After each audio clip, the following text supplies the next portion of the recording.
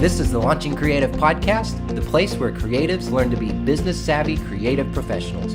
We call ourselves the Anti-Starving Artists.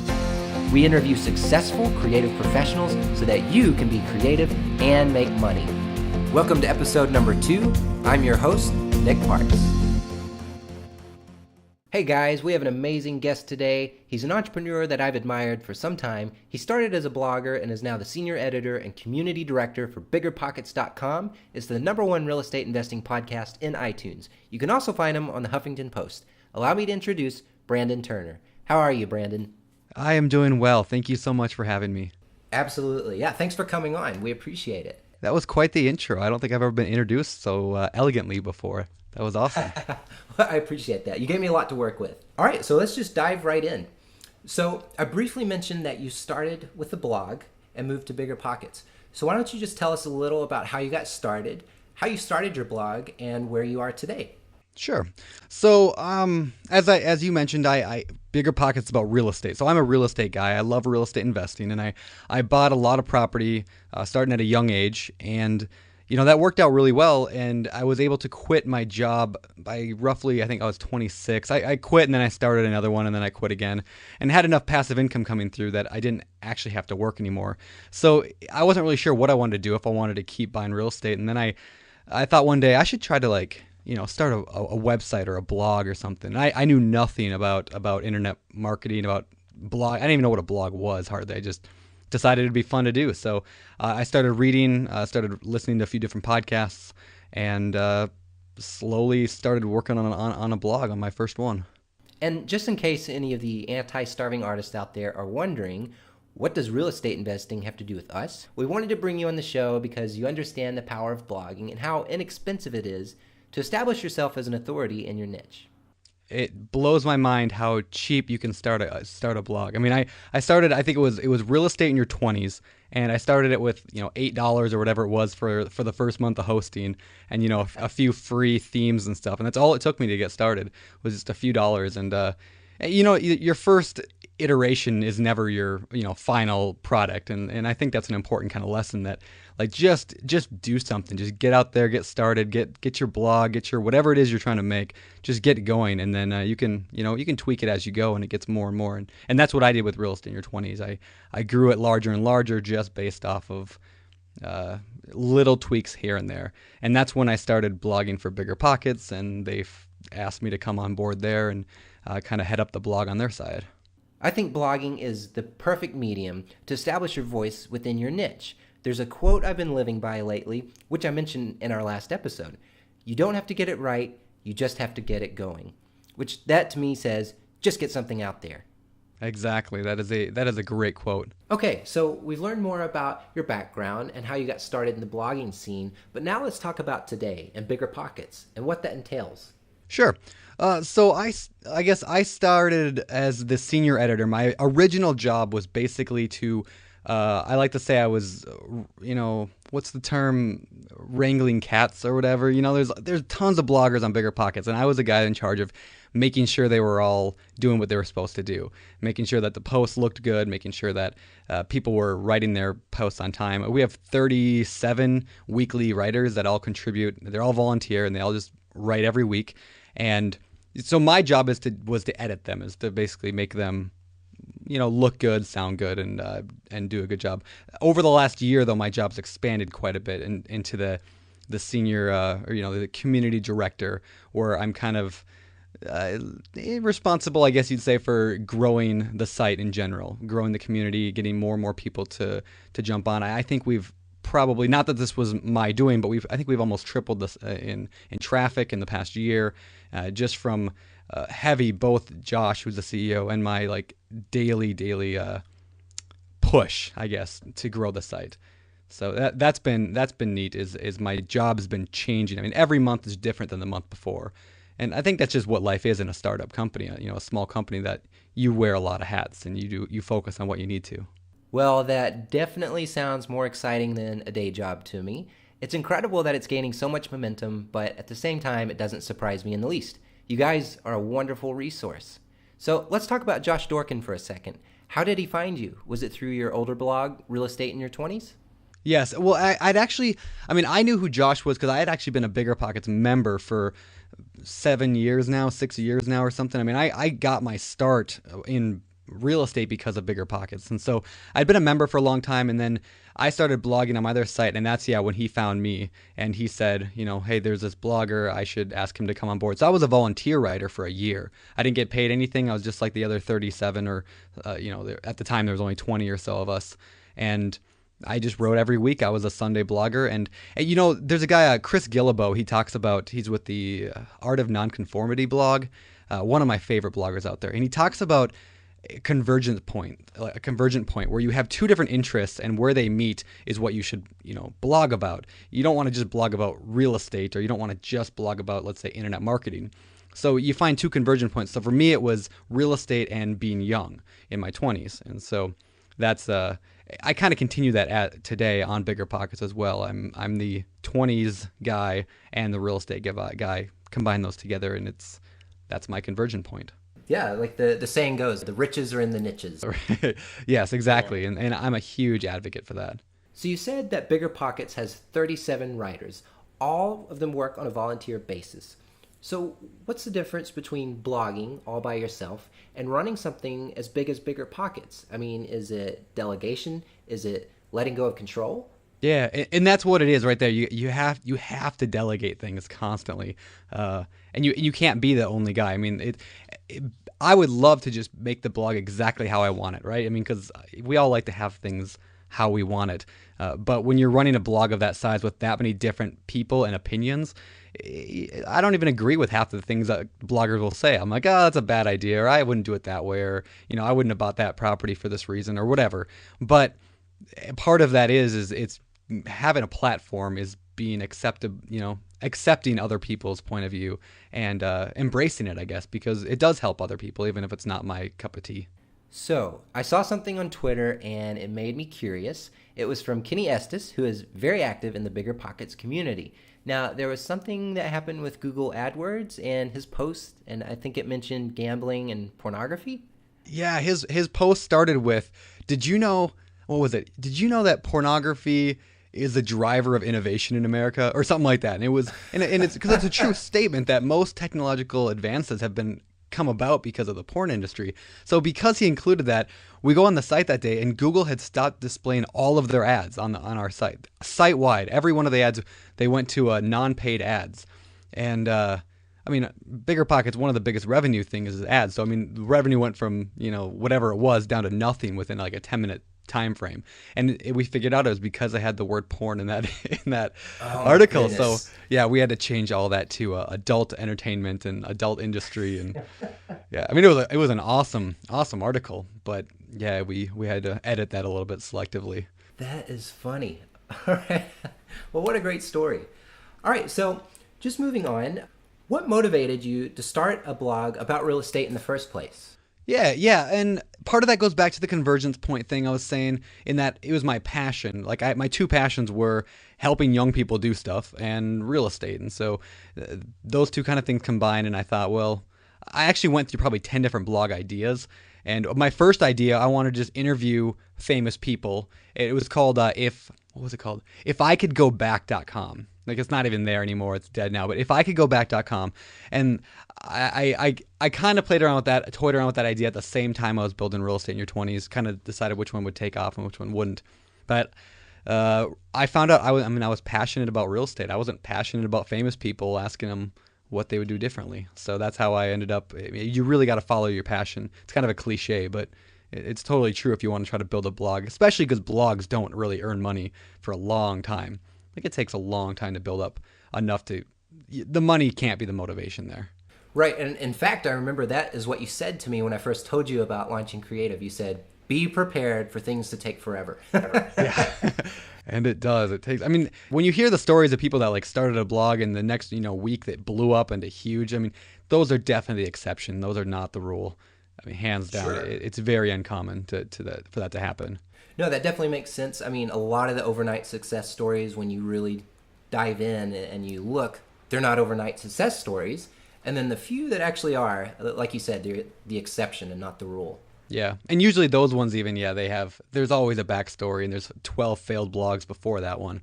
Like I'm sure I could probably start a new blog today and have it do better than my first one did, just because there's a method to this whole blogging online entrepreneurship thing. There is a science behind it and an art form behind it.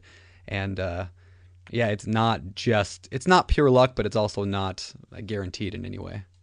So, tying this into being a creative professional, like you said, it's not about the money, not at first at least. Blogging is about residual results. And the fact of the matter is, it takes time to become an authority in your niche.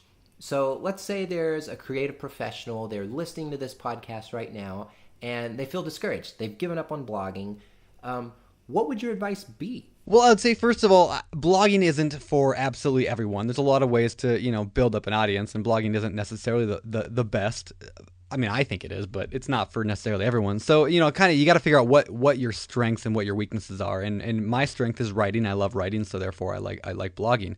Now, the great thing about photography or some of those other more creative industries is that you don't have to be a writer necessarily. Like you can have a photo blog or whatever. The other thing I would say, I guess, is follow. This sounds really bad, but copy other people. This is one of my favorite tips in all of online entrepreneurship is don't try to reinvent the wheel. Just find out what's working for other people and just copy that completely, or at least as close as you can. For example, if I'm wanting to write a good blog post that I know is going to be popular, what I'll do is I'll go to another industry like the photography industry or the personal finance industry or whatever, and I'll find one of their most popular posts on somebody's blog, and then I'll just go and write that like similar title having to do with real estate. So if it's 3 pictures that will change your life, I'm going to write 3 homes that will change your life, and I know it's going to be popular on here because human nature doesn't change. So that's my tip for somebody if they feel like they just can't get moving in the right direction.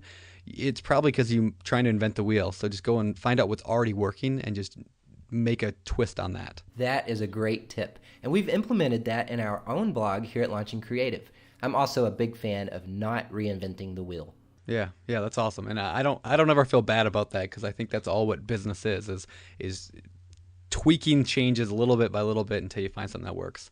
And speaking of that, I guess if I could add one more thing there, it comes to mind is we talked about earlier, I said the word iteration. I'm a huge fan of the book, The Lean Startup, because the whole idea of the Lean Startup is, I love that book. It's all about just getting something out there, like we talked about earlier, and then making little changes as you go based on what your audience likes.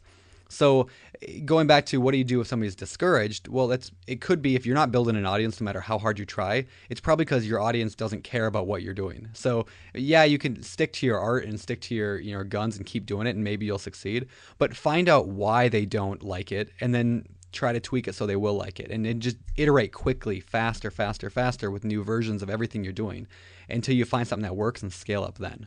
I'm a huge fan of that whole philosophy of just getting something out there, making it go quick. No, I love that, and I absolutely agree. Kind of going back to the internet just being such a forgiving medium, blogging being such a forgiving medium. Yes. Moving on to one of my favorite parts. This is when we'll ask you a few questions and just get to know a little more about you. Sure. So the first one we have for you is, how do you start your morning? How do I start my morning? Well, I generally actually start my morning. This is terrible, and I don't actually advise people to do this. I grab my cell phone first thing, and I go through all my emails, like in bed. I don't know why it started that way, and that's totally like Tim Ferriss would hate me, like 4-hour work week kind of thing. But that's how I always start my day. I grab my phone, go through all the emails that came in during the night, anything important I flag for later. So that way, when I actually sit down at my desk an hour later, I've got a flag next to all the important emails that I can then go through. So, and somewhere in there, I'll eat breakfast, but. Yeah, usually it's a good half hour of just laying in bed on my cell phone, going through emails and, I don't know, checking Facebook. I do the same thing, except with Twitter. Nice, yeah. Oh, yeah, Twitter, yeah. That's usually my nightly activity. The last thing I do before I go to bed, I sit on Twitter and read through everything for a while. That's funny. So who has made a huge impact in your life? Huge impact. I would say number one would be a local mentor of mine. He's a local real estate guy. His name's Kyle, and I really latched onto him as a mentor to kind of teach me what he knew. And that's not just the real estate niche. That's any industry out there. If you can find a guy who's experienced, or a girl who's experienced, who knows what they're doing, and like older people love to take younger people like us, like under their wings and help them, and because they want to be like, oh, I remember when I was that age. And so like Kyle totally took me under his wing and taught me everything he knew completely for free. I didn't have to pay no 97 a month or $9.97 whatever. It was just a friendship that built. So I would say definitely a guy like him. And then there's a few of the big online bloggers like Pat Flynn or Corbett Barr, Think Traffic or Smart Passive Income. Those guys were huge inspirations as well in the online industry, kind of motivating me to keep going and to learn how this is all done. Absolutely. What do you wish you knew more about today? All right, two things. Photography, because I have a camera, like a DSLR now, and I don't know how to use it. I'm terrible with it, but I like the idea of being better at photography. And along those same lines, graphic design. Because graphic design is like the worst in that if you know a little bit, like I can recognize bad design, and so I know I'm a bad designer, but I'm not good enough to be able to do, like I know just enough to know that I'm not good enough. So everything I design, everything I try to design looks terrible, and I know it looks terrible, and I'm like, oh, I just don't have the skill to actually make good design of anything. So that would probably be the number one is design. No, I love that answer. And graphic design, that's actually my background. And that's what I thought. Yeah, I thought you were a designer. Yeah, we had talked about it a little when we were emailing, and that was actually how I got my first post-college job. I had moved to New York City. Didn't know where I was going to work. Luckily, I had a little nest egg saved up, and I started blogging, and it was kind of the same thing. I would just take pictures of bad design because there's bad design everywhere in New York City. And so I would take pictures of bad design, put it on my blog, and then I would critique it, and then I took on this snarky persona, kind of a snob, and would make fun of it. And somehow this guy saw my blog, and he thought to himself, well, wow, not only does Nick know how to design, but he can see something that's bad, and he knows what could make it better. And he offered me a job. That's awesome. So talking about just residual results and the power in blogging, it's just, you never know. Like, I never would have guessed that would have happened. I'm sure you never would have guessed you would have joined Bigger Pockets. Yeah, you never know. And that's what I love about blogging too, is it opens up so many doors. I mean, I once wrote a post, I don't remember what, it was a guest post for some site, but it was called like the non-monetary benefits of blogging. And it was all about that. Like, money is just 1 out of 10 really great things about blogging. And the other ones are, I don't remember them all, but basically it was opening up new doors for potential jobs, the ability to just meet people. I mean, the vast amount of people I've met all over the world in the past year, I mean, it's phenomenal. I mean, like 50 years ago, 20 years ago, they would have been shocked at the amount of friends that we have online that I can actually call good, true friends that I would, say I'm just good at friends with them as I am with my, friends here in town. So those things are incredible, and blogging did all that for me. It's definitely incredible. I mean, geography it's not a problem anymore. You can connect with people throughout the world. Yeah. I definitely get excited about that. So Brandon, if you could go back knowing what you know now, what would you do differently? Well, that's a good question. I'm pretty happy with the way things turned out for the most part. I think I would have monetized real estate in your 20s earlier. I mean, I put a calculator on there I sell for like $20. It took me 6 months to do that. I think I would have done that sooner, only because it taught me a lot. It's not that it made me a lot of money, and it wouldn't have made me any more money, but just learning how to sell online is a really valuable, I guess, a character trait, or if you want to call it that. It's valuable lesson to be able to know how to sell online without being scammy or sleazy or whatever. And I think I would have tried to learn that sooner, because I'm just barely now kind of understanding how it all works. And if I had a 6 month or a year jump start on that, it would have been much better. All right, so I'm pretty excited about this question. I can't wait to hear what your answer will be. If you were given $1 million tomorrow, no taxes, no fees, nothing, it's $1 million cash, and it's perfectly legal, what would you do with the money? All right, so I'm gonna split this in two answers, because I know your audience is not the real estate, but on the real estate side of things, I would drop that million as an 80 or a 20% down payment on a $5 million property, and I'd buy an apartment complex in Texas. That's the boring answer, just because I think Texas is where it's at. From the other side of things, the online entrepreneur side of things, I honestly think I would just create a startup company. I've got 500 ideas in my head at all times, right? I mean, most entrepreneurs do. We're like constantly churning through ideas. I think I would just take one and run with it. Like, knowing that it may not succeed, it wouldn't matter, because it was I mean, it was given to me, the $1 million, right? So I mean, I would hire a staff, and I would actually try to make $1 billion company out of that $1 million and just go full in on it. I think that would be a blast. Right. I mean, easy come, easy go. Worst case scenario, you learn something very, very valuable. And I guess best case scenario, Yeah. you're a lot richer. Yes.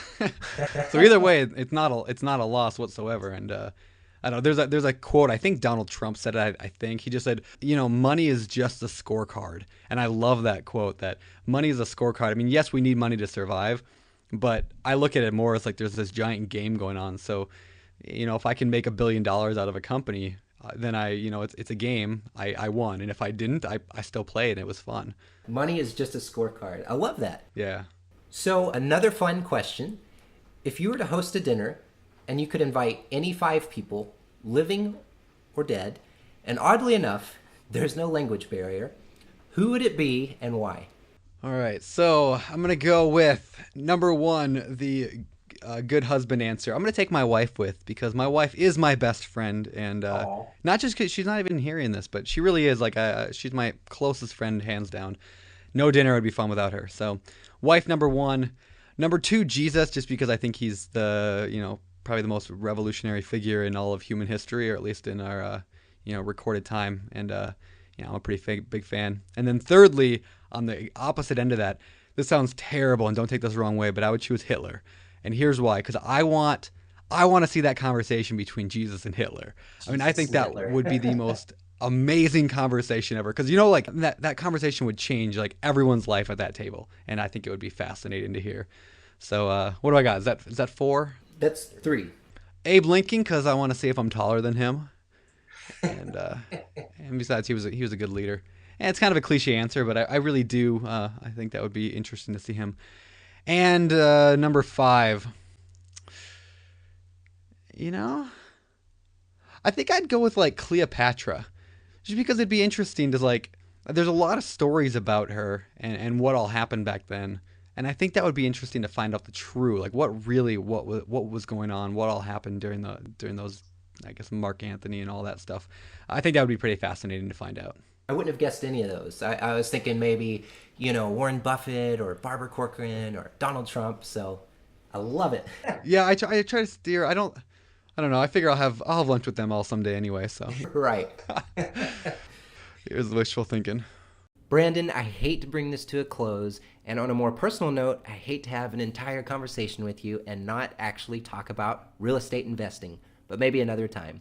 This last question goes out to our listeners. What is one tip you would share with people who are starting out right now? So, we kind of covered it earlier about, being persistent and not giving up. And, we talked about copying things. And I would say kind of, if I could wrap all that into one, like, concept, it's just that this isn't easy. None of this is easy, but it's fun if you make it fun. And so just keep going, just keep pushing, keep moving, keep doing it. And I know that sounds terribly cliche, but there's like this, I don't know, there's so many people in this world that give up. That, like, they stop too early. They start a blog and they give up after 6 weeks because it's not, they only got 20 people to read it or whatever. But if you just keep pushing, you never know what door is going to open, like we said. You never know where you're going to end up at the end. It might not be the vision that you have planned, but I can guarantee it's going to be significantly better than what you are probably at right now. So that is my... I guess I don't know. That's like 12 tips all wrapped in one. But cliches are cliches for a reason, and the fact of the matter is, they're true. That's why they become cliches. Again, Brandon, thank you so much for being a guest here on Launching Creative. You've given us so much value in this episode. We knew you'd be a wonderful guest because we wanted to bring someone who is a little different than, say, a photographer or a filmmaker. Yet you are definitely creative in your thinking. Well, cool. Yeah, I tie a lot of connections between blogging and real estate all the time. I'm always, it's business in general, right? Entrepreneurship is the same no matter what industry you're in, no matter what niche you choose. So I just love entrepreneurship in every form. And before we let you go, how can our listeners find you? I'm going to say, Bigger Pockets, obviously, because I pretty much live there, but I'm a huge Twitter fan lately. That social network is growing on me quite a bit. So it's at Brandon at BP. Brandon at ATBP. So BP for Bigger Pockets. There you go. All right, well, thanks again, Brandon. It's been a blast. Yeah, thank you. This has been great. Thank you so much for listening to the Launching Creative podcast. Come check us out at launchingcreative.com and become an anti-starving artist by joining our email list. Please leave us a review on iTunes by going to launchingcreative.com/iTunes. I'm your host, Nick Parks. Until next time.